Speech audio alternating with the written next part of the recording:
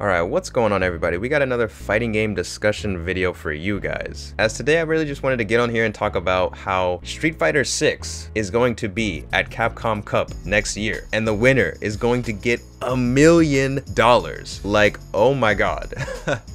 This is so insane. When Capcom revealed this, like, my mind was just blown. Like, this is by far probably one of the most genius moves that Capcom could have done, but at the same time I also wanted to kind of talk about why this might not be the greatest thing for us fighting game fans. So yeah, let's talk about it, right? So previously I was actually going to make a video where I talked about how modern fighting games have kind of tired me out, and I've just been in this burnout of modern fighting games when it comes to them releasing pretty half-assed, you know, roster has only 16 characters because that's considered now like the minimum, right? And like if they have 16 characters, it's like, oh, well that's good enough, right? We don't have to have 20 characters. We don't have to have like over 70 characters like Smash Ultimate or something, right? And that's always been one of the things that's kind of annoyed me, right? Because, you know, I'm more of a casual fighting game player, and I do miss when fighting games used to have a lot more content, right? For example, Mortal Kombat Armageddon, where it had just almost the entire Mortal Kombat anthology just in the roster. Like, I thought that was so cool, right? And it's cool because, you know, a lot of times when fighting games come out nowadays, it's hype when we get new character reveal trailers, but at the same time, it's a little bit worrisome when we don't know whether or not our main is going to make it into the next entry. And I feel like back then that was a lot less worrisome because they just had a lot more content, they just had a lot more characters there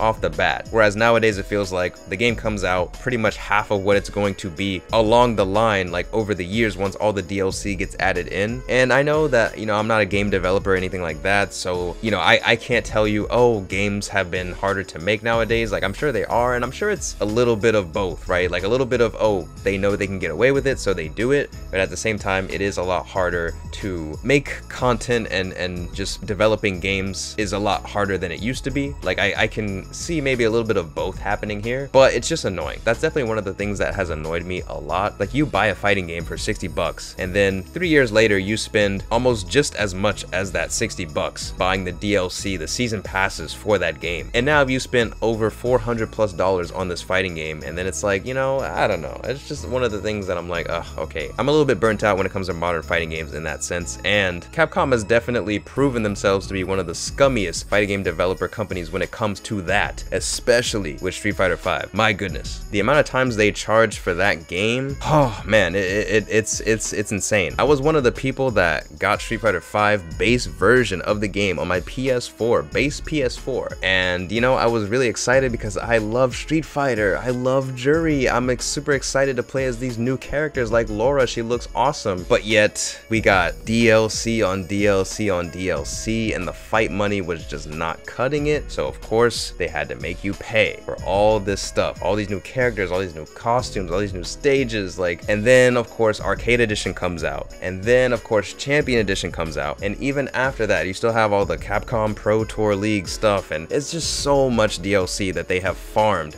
us fans for. Right? Even though Street Fighter 6 looks amazing and everything, never forget how scummy Capcom has been in the past, right? Because it seems like they're already starting to start off with their scummy tactics. Because we saw the leak, we saw all the characters in that portrait, and yet they only announced that 18 characters were going to make it into the base roster, which means that 4 of those characters from that portrait were going to be DLC. Akuma, AKI, Rashid, and Ed. So like already we got Capcom sort of reverting to their scummy ways with like, hey, here's the full roster, but we're gonna charge you for these characters. And it's like, come on, right? Mind you, even when we get those characters, I feel like there's still so many characters that people want to see in Street Fighter 6 that we have no word of, right? We have no idea if Sakura's gonna make it in. We have no idea if Urian's gonna be back. Probably not. We have no idea if Rose is gonna make a return. We have no idea if Makoto's gonna make it in. Like, there's so many characters. Sagat, you know, like Balrog, Dudley. There's a lot of characters that we have no idea if they're gonna make it into Street Fighter 6. And there's a lot of characters that people really want to see. I can only hope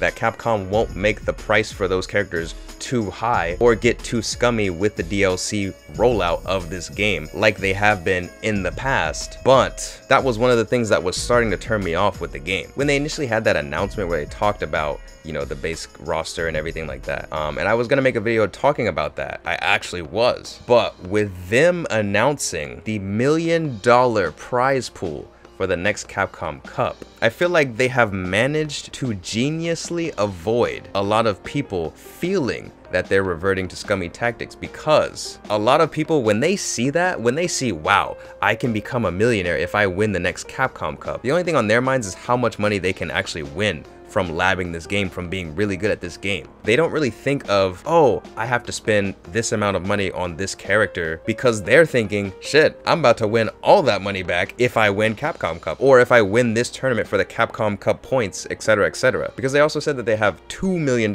in pop bonuses across all the different Capcom Cup tournaments, which is also insane. It's just a genius marketing tool for Capcom themselves to be like, hey, here's this insane prize pool. Now, instead of focusing on DLC prices and, you know, extra things that you have to buy for the game, just focus on the money that you could win. And I feel like a lot of people have already fallen into the spell that Capcom has cast on the fighting game fans, which is kind of insane. And again, I think it's absolutely genius. Capcom did a big brain move here, and honestly, it's really exciting because I do love Street Fighter, and I do think Street Fighter 6 looks great. Like, I'm hoping that the game comes out and it's really great and people love it and I love it and I can't wait to play it and stuff. But I feel like with the prize being that big, it almost doesn't even matter if Capcom releases something that's not that great or doesn't take that much time to fully flesh out the game, because, you know, people are gonna play it regardless. People are gonna work for that prize money regardless of what the game's state is now, because of the prize pool being so high. And that's why it's such a genius move. Not to say that Street Fighter 6 doesn't look like it's in a pretty great state already. I did get into the beta, luckily for you guys that are already subscribed to the channel. You already know that I put out some jury online beta matches and everything, and I got a lot more videos of that to come. But yeah, it's just a genius move by Capcom. But at the same time, I'm hoping that for people that don't really plan to compete in a lot of Capcom Cup tournaments, you know, for the casuals like myself, and I'm sure a lot of other people that are interested in buying this game,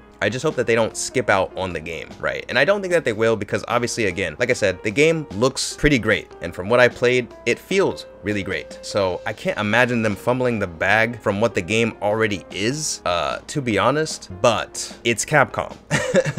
It's Capcom, probably notoriously the most greedy when it comes to fighting game developers. So I would not put it past them to start putting in some things that, you know, maybe, oh, now you got to pay for this, or, oh, let's raise the price of the game because it's a PS5 game. Like, you know, I wouldn't put it past them. I wouldn't put it past them. I'm not gonna, you know, until the game comes out, I am not letting Capcom be in the clear, you know. But I will say this is a very genius move by them, and I do think that it makes a lot of casuals like myself even start to question, maybe we should start competing in more tournaments. Like, I feel like it gives a lot of casuals more incentive to maybe start going to tournaments, maybe start playing the game a lot more, you know, maybe actually put more time into this game, because hey, that prize pool is looking kind of nice. And it's just such a genius move by Capcom. Like, it really is. What can I say? But I just hope that, again, it doesn't give them the excuse to cheap out on the game or start making things of their game cost a lot more money, because then all of a sudden it might be easy to see